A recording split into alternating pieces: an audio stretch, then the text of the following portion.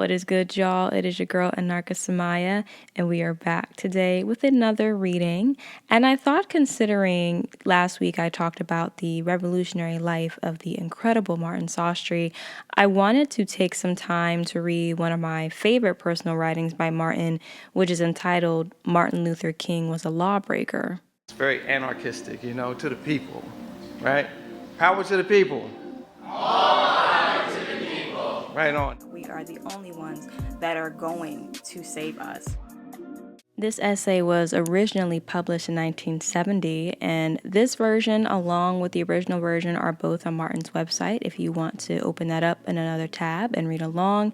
There is a preface that was written by Austin McCoy in the reissued version. However, I'm going to jump right into Martin's writing, but I just want to say we are going to come back to what Austin McCoy wrote in that preface at a later date, so keep that in mind. With no further ado, this is Martin Luther King Was a Lawbreaker by Martin Sostre. Enjoy. A note on Black News. Black News was a newspaper edited and published by Martin Sostre from Wallkill Prison in 1970 with logistical support from the Workers' World Party, WWP. Sostre intended the paper to be Buffalo's first radical black newspaper, written by and for the Black and Puerto Rican communities within the city. He planned to recruit young writers and editors from Buffalo and pay newsboys to distribute the paper on the east side. Although originally intended to be a monthly newspaper, Sostre discontinued Black News and broke with his defense committee in May 1970 after they refused to publish an article he wrote calling for the capture and exchange of state agents with black prisoners of war. The full run of Black News only lasted 2 full issues, with a couple special supplements, including the following essay on Dr. King. On the second anniversary of the murder of Reverend Martin Luther King Jr., Black News joins the nation and his family in mourning the irreparable loss of this great civil rights leader. But since the examples that King set for us in defying and breaking the white man's law and order, in willingly paying dues by going to jail, in being brutalized, and in finally making the supreme sacrifice in the cause of black liberation from white racist oppression, are now threatened by a conspiracy between the oppressors and their willing black tools to minimize, pervert, and suppress King's militant acts of defiance to white authority. It is my duty to alert my people to this plot for mass deception now being executed through the enemy's controlled news media. As publisher and editor of Black News, the only black revolutionary newspaper in Western New York, free to tell it like it really is, I offer this article as a tribute to the memory of Martin Luther King Jr. and to protect his legacy from our enemies who, not satisfied with having taken King's life, now seek to rob him in his grave of his greatest deeds and contributions to the black liberation struggle. His militant mobilization of the black masses for the purpose of confrontation with the white racist oppressor, violating white law and order, undermining white authority, and radicalizing the black masses. The crush of work prevents me from delving into the impact that King's massive confrontations and defiance to white authority had on the consciousness of the youth, and how in turn the radicalized youth escalated the struggle and forced King to become more militant. I can only say that King, like most of us, was steadily evolving and maturing ideologically. A comparison of King's deeds and speeches toward the end of his life with those following the Montgomery victory shows that he was much more militant in 1966, 1967, and 1968 than in the 3 years following the 1955 bus boycott. In fact, following the rebellion in Memphis of March 28th and 29th, 1968, King threatened the white establishment with another demonstration of the type that led to the rebellion if they didn't accede to the demands of the sanitation workers. Getting back to the original subject, here are some questions that all thinking sisters and brothers should be asking the Negro preachers and politicians who on this second anniversary of King's murder praise and eulogize King, his works and nonviolent philosophy, and advise us to incorporate in our lives King's philosophy and deeds. Since you claim to subscribe to the philosophy and ideals of Martin Luther King, how come you've never rebelled against, resisted, and disobeyed the white man's unjust laws? King did. How come you've never been to jail? King did. How come you've never led a violent demonstration against the oppressor? King did in Memphis. How come you've never been brutalized? King was. No, these local sellout, power structure Negro preachers and politicians are not followers of Martin Luther King. If they were, they would be rebels like King was. They will be out in the streets agitating and exhorting our people to disobey the white man's unjust law and order, instead of hiding inside their churches and offices, preaching safe, white-approved sermons and passing the collection plates to finance their high living. King was not assassinated for preaching disobedience to the oppressor's unjust laws. He was assassinated for embodying that disobedience by personally leading his people in street demonstrations in defiance to the crackers' law and order. Martin Luther King's fame was based on an act of rebellion against the white oppressor's law. Rosa Parks' refusal to obey the law, requiring blacks to sit in the back of the bus. King took over leadership of the successful boycott which the black colony of Montgomery, Alabama, organized against the white bus company. His many other acts of resistance to and in defiance of the oppressor's law and order are too well known to require repetition. It will suffice to say that Martin Luther King Jr. was a rebel and lawbreaker. Study the photographs of King being escorted down the street to jail by 2 cops, his arm twisted behind his back. Study another photo showing King inside the police station, being booked before a counter with a pig twisting his arm.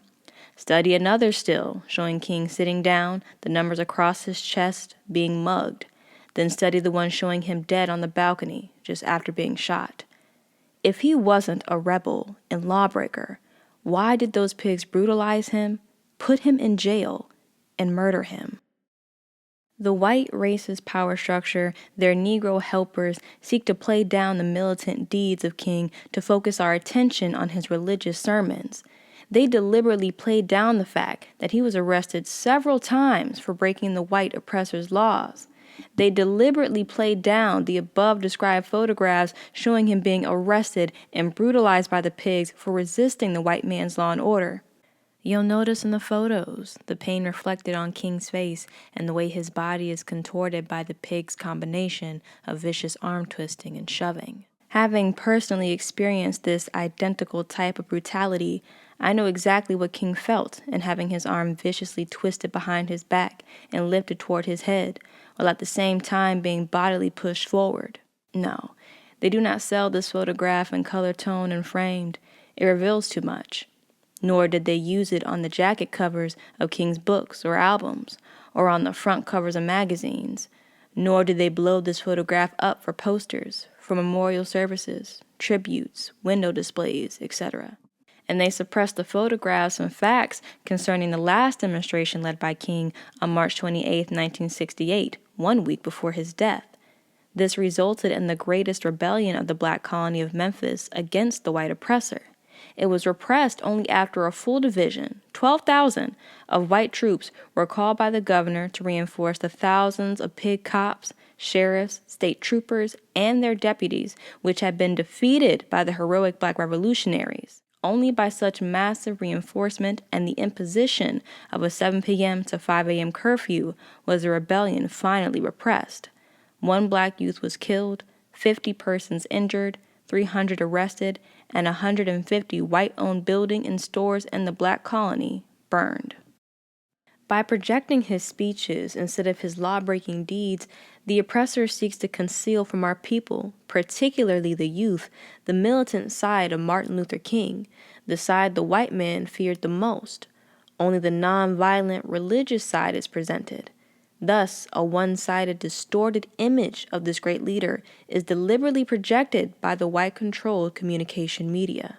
Like they project the high-sounding phrases on liberty and equality for all men mouthed by the so-called founding fathers, George Washington, Thomas Jefferson, etc. But conceal the fact that while they talk this shit, they oppress black slaves on their plantations, on land stolen from the Indians. Like they project the image of Lincoln as the great emancipator, while concealing the fact that Lincoln was a white racist who stated that he believed in white supremacy, and that the only reason he freed the slaves was not because of the inherent evil of slavery, but because there was no other way to save the union of southern and northern states.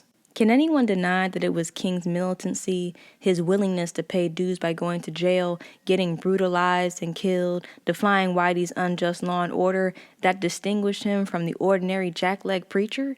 Had it not been for his militant involvement in the struggle against white racist oppression, the Montgomery bus boycott, his civil rights marches, street demonstrations, and confrontations with the pigs, his defiance and violation of court injunctions, his condemnation of U.S. racist aggression in Vietnam, and his demonstrations in support of labor strikes, King might have been just another McNeely T. Davis or some other petty sellout preacher politician like those we have here in Buffalo, Mississippi. The difference between King and the so-called Negro leaders in Buffalo is that King was for real while the Buffalo Negroes are bullshitting. These spineless cowards are afraid of the white man's jail. All the crackers got to do to keep Buffalo's house Negroes in line when they get a little uppity is to have one of the road pigs sign a paper ordering them to get back in line, and the scared Negroes bust their own asses, running to obey boss man's law. The white man's law and order, whether in the form of statutes, court orders, or pigs' verbal commands, did not scare King. He disobeyed them all and provided the personal example for his people. King had no fear of the white man's jail. He was a true leader. He was a man. So don't let the white racist establishment and their house Negroes deceive you by their one-sided projection of the religious, nonviolent King while playing down, concealing, and suppressing the image most relevant to the Black liberation struggle, the secular King, engaged in street confrontations, the rebel, the lawbreaker, the agitator, the brutalized by the pigs, the assassinated, all for the cause of Black liberation. King's militant actions spoke louder than his words, and it was for his acts of defiance to the white man's unjust laws, unlawfully and forcibly imposed upon us, and not for his sermons, that he was assassinated. To reject the rebel, lawbreaker King image in favor of the religious, nonviolent image of King is to reject King and his deeds, not only because the real King was both religious and secular, but because he performed his greatest deeds not in the church preaching about what Jesus said 2,000 years ago, but in the streets, taking part in the contemporary struggle against the white racist oppressive law and order. Only by carefully examining the life and works of Martin Luther will one see how much King's image has been distorted by the oppressor and his Negro Toms. It will then become clear why it is precisely those racists who advocate law and order that counsel us to emulate Martin Luther King, that is, the religious, nonviolent King.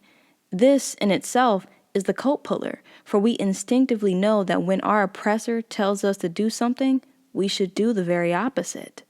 Those not yet ready to join the revolutionary vanguard and go all the way in the struggle for Black liberation by picking up the gun, bombing Molotov, and by capturing foreign diplomats of NATO countries, Israel, South Africa, and other U.S. allies to exchange for the release of Black revolutionaries like Fred Ahmed Evans, Bobby Seale, Huey Newton, Panther 21, etc., kidnapped by the enemy, can at least follow the example set by Martin Luther King and refuse to obey the oppressor's law and order based on the U.S. Constitution, which was drafted by slave-owning oppressors of our people and imposed on us by force. We, the vanguard of the revolutionary struggle in the Black colony of Buffalo, who are getting our shit together for June 1st and thereafter, will Viet Cong the pigs and their loyal Negro dogs. All we ask you to do is follow the teachings of Martin Luther King Jr., that is, the rebellious, law-breaking King. Thank you guys so much for listening and watching. I hope you enjoyed this reading of Martin Luther King Was a Lawbreaker by Martin Sostre. These are available to read on Martin's website. It brought me such great joy, immense joy even, to finally do the recording and read this to you guys. It is one of my favorites, of course, so I've read it through quite a few times, but no matter how many times I read it, I'm always kind of hit with this invigorated feeling because I feel like it's important what Martin is talking about here to reject the liberalized or sanitized versions of our Black radicals. And I also just want to take a moment to thank you guys for all the love and support on the last upload. I just felt like it was a nice early birthday gift to Martin, so I'm just glad that you guys seem to be enjoying that as well. It's greatly, greatly appreciated.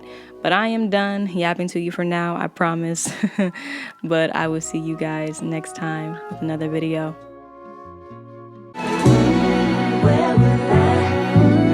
It's not the destination.